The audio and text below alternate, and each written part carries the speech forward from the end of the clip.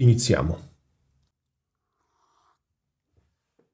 Siamo nel 2022, ma tu questo già lo sai. Quello che non sai però è che più si va avanti nel tempo con gli anni, più ci si aspetta una qualità audio dei nostri podcast molto elevata. Ci sono tantissimi aspetti da tenere in considerazione. Vediamo insieme quali sono i must-have nel 2022 per iniziare a fare podcast o per migliorare i propri podcast.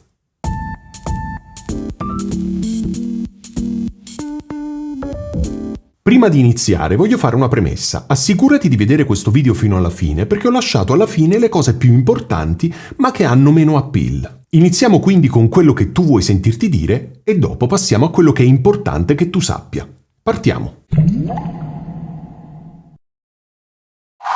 Uno degli elementi fondamentali per registrare la propria voce è, vediamo se lo sai, il microfono. Ok, il microfono può essere dinamico, può essere a condensatore, può essere a nastro, può essere di varie tipologie. Prendiamo in esempio soltanto le due principali tipologie che molto probabilmente tu hai o che vorresti acquistare. Quindi il microfono a condensatore e il microfono dinamico. Qui sulla scrivania posso farti vedere un esempio di microfono a condensatore, ok, e un esempio di microfono dinamico che però può avere anche altre forme, quindi non voglio farti legare troppo alla forma del microfono. La forma chi se ne frega, quello è un altro discorso, non interessa la sostanza. Benissimo, devi scegliere un microfono dinamico o a condensatore? Non c'è risposta, ovviamente. Perché?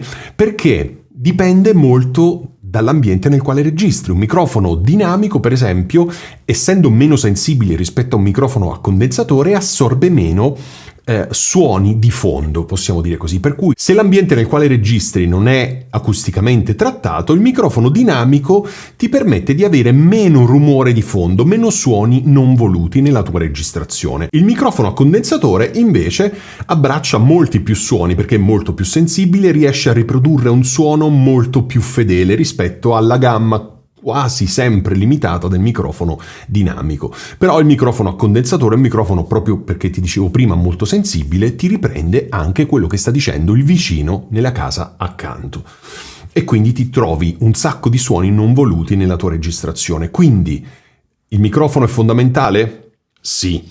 Quale devi scegliere? Non c'è una risposta, come ti dicevo prima. Dinamico o a condensatore, l'importante è che tu scelga in modo corretto. Che vuol dire in modo corretto? Vuol dire che devi prima di tutto sapere l'ambiente nel quale registri, che tipo di ambiente è. È un ambiente con molto eco, con molto reverbero, con molti rumori? Allora sicuramente io scarterei il microfono a condensatore, mi orienterei solo su quello dinamico. Se invece l'ambiente nel quale registri è un ambiente tutto sommato tranquillo, silenzioso, nella stanza ci sono molte librerie oppure hai messo, come nel mio caso, pannelli fonoassorbenti, magari potresti usare anche il microfono a condensatore. I prezzi sono diversi, i microfoni dinamici di solito costano un po' meno e il microfono a condensatore di solito costa un po' di più, ma questo non è sempre vero perché dipende molto dalla tipologia di microfono che acquisti. Se pensi allo Shure M7B, SM7, vabbè, quello là hai capito, che costa 370 euro ed è dinamico, ok? Mentre un microfono a condensatore può anche costare un centinaio d'euro, quindi questa cosa non è sempre vera.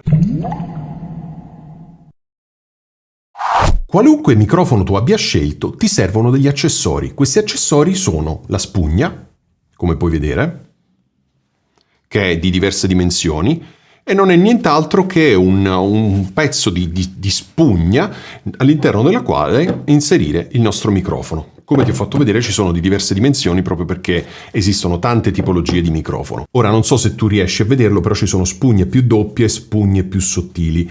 Per scegliere la spugna giusta devi, magari se la compri su Amazon, leggere un po' di recensioni oppure fidarti del consiglio di qualcuno che ne sa di più, perché non sono tutte uguali.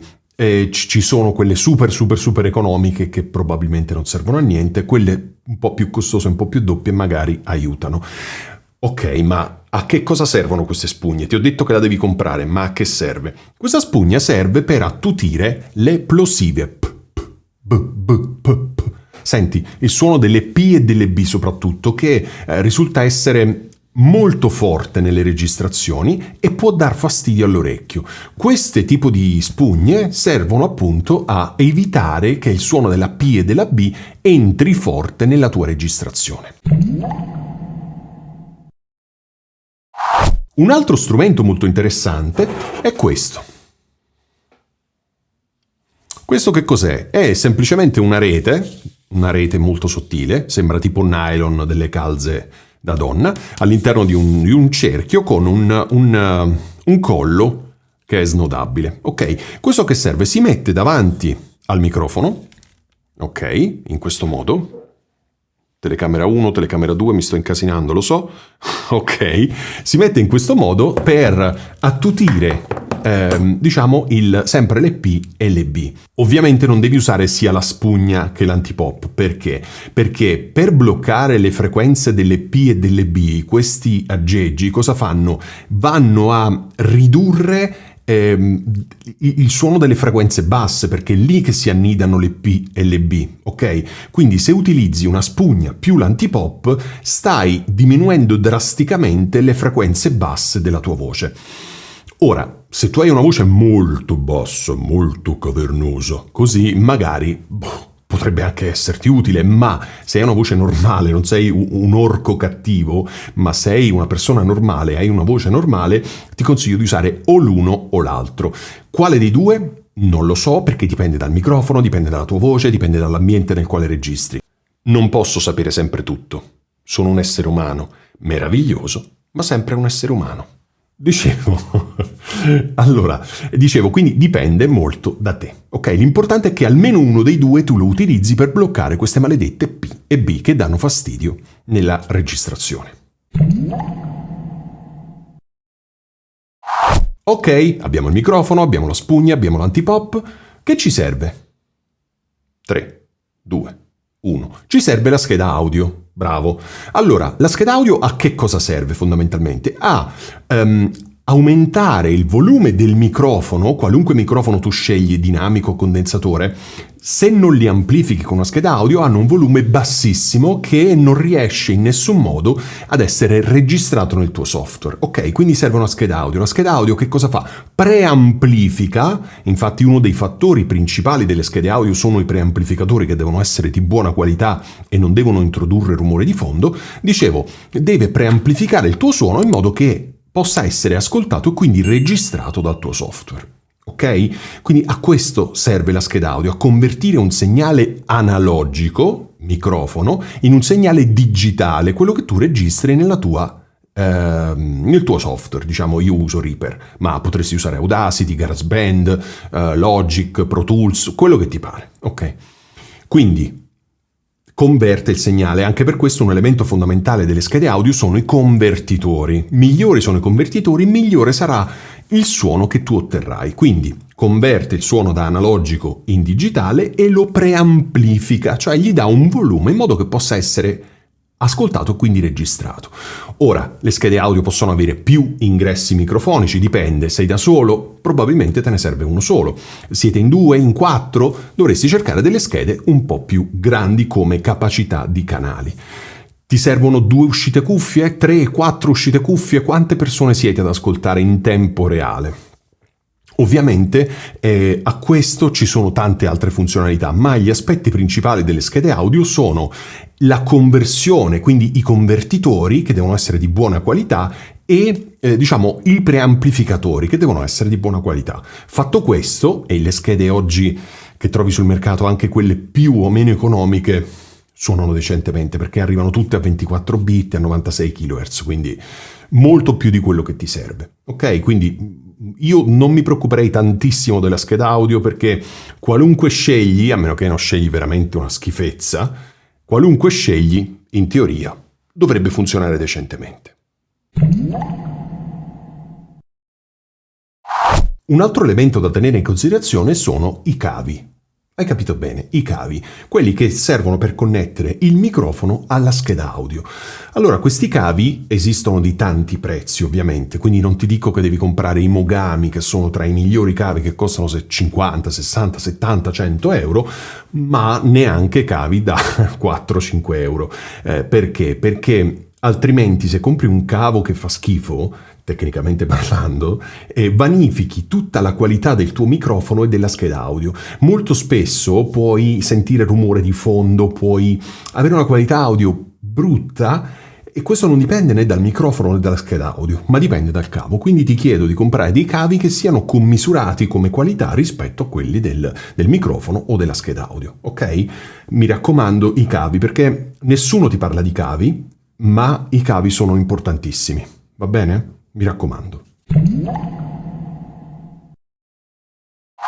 Oltre a questo che ti ho raccontato finora, ti servono dei plugin. Che cosa sono i plugin? I plugin sono delle funzionalità aggiuntive che vanno bene con qualunque software tu stai utilizzando, ok? A che cosa servono? Servono ad eliminare delle imperfezioni nella voce. Ok, quindi non servono, sfatiamo un mito, non servono a migliorare la voce, servono a ridurre le imperfezioni della voce. Molto spesso, infatti, quando si lavora con questi plugin, che possono essere un equalizzatore, un compressore, un deesser, un gate, questi 4 secondo me sono i principali, quelli più importanti, si lavora per sottrazione, cioè soprattutto con l'equalizzatore, cerchi di eliminare magari delle frequenze un po' mediose della tua voce, eliminare delle frequenze un po' troppo alte, un po' troppo basse. Insomma, si cerca di ridurre le imperfezioni della voce, ma non di migliorare la voce. Questo perché?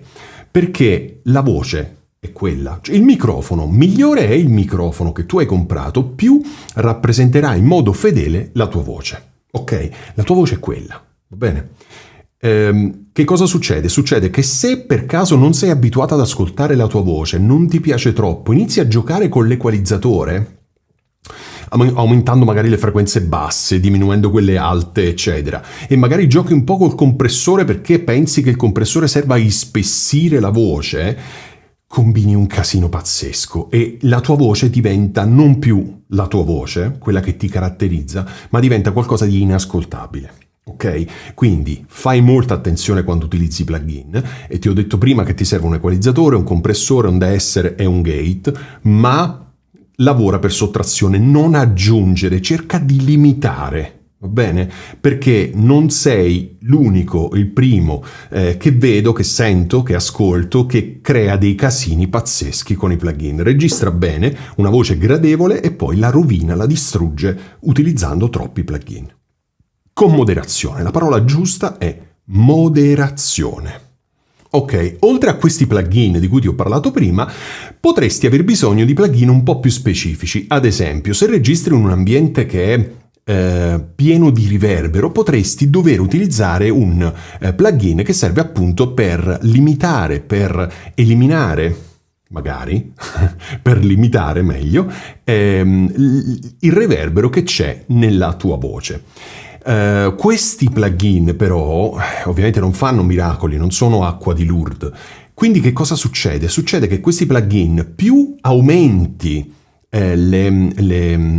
i settaggi di questo plugin, più vai a lavorare anche sulla tua voce, andandola nuovamente a distruggere. Per cui se la stanza nella quale registri è piena zeppa di riverbero, non c'è nulla che tu possa fare tranne attaccare pannelli fonoassorbenti o cambiare stanza. Ma ti prego, non esagerare col reverbero, con il software per il reverbero, perché distruggi la tua voce. Ok? Ci sono passato anch'io in un'altra casa, ero praticamente affacciato al balcone del Papa la domenica mattina e si sentiva un reverbero pazzesco. Non si poteva fare nulla, ok? Nonostante il plugin, infatti le puntate lì del mio podcast sono le peggiori in assoluto, perché purtroppo non potevo fare nulla, ma tu sei avvisato, io non lo sapevo, l'ho imparato su di me, tu invece lo sai perché stai guardando questo video, ok? Mi raccomando. Ok, in realtà, come ti avevo promesso, ho ottenuto alla fine le cose più importanti. Sì, lo so, sono un simpaticone. Non so se te ne sei accorto oggi, ma il numero di podcast è aumentato a dismisura.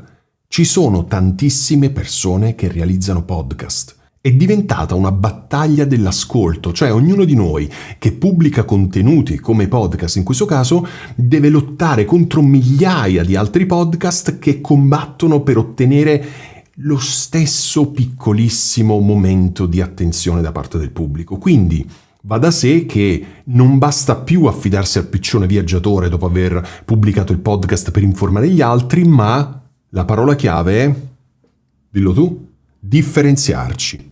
Che cosa vuol dire differenziarci? Vuol dire che dobbiamo dare alle persone una motivazione per ascoltare noi.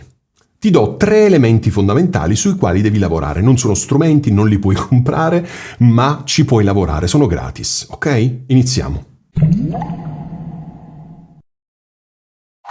Il primo è l'argomento. Di cosa vuoi parlare? È un argomento già trattato da tanti? Smettila, non farlo, è inutile. A meno che non riesci a trattarlo in maniera diversa rispetto agli altri, allora ha un senso. Il secondo elemento è il pubblico. A chi stai parlando? È fondamentale saperlo perché ti serve saperlo già da subito per costruire la tua puntata con il giusto tono di voce, con le giuste informazioni, proprio per quelle persone lì. Non lasciare che, chiunque. Non esiste chiunque. Devi scegliere tu il tuo pubblico, se vuoi ottenere dei risultati ovviamente. Terzo elemento è quello che potremmo chiamare reason why. Te lo accennavo già prima. Perché le persone dovrebbero ascoltare il tuo podcast? Perché le persone dovrebbero ascoltare il tuo podcast? Perché? Questo è fondamentale, ok? Prova a rispondere a questa domanda, non è assolutamente facile. Prova a rispondere a questa domanda. Perché le persone dovrebbero impiegare il loro tempo ad ascoltare il mio podcast e non i migliaia di podcast che esistono lì fuori? Ti lascio con questa domanda. Bene, credo di averti raccontato veramente un sacco di cose oggi. Sono stanco e adesso me ne vado. Ciao. Dimenticavo. Se questo video ti è piaciuto, perché non ti iscrivi al mio canale? Sarebbe molto carino da parte tua. Clicca anche sulla campanellina in modo che sarai sempre aggiornato sui miei prossimi video. Per ora è tutto, alla prossima, buona registrazione. Ora me ne vado sul serio.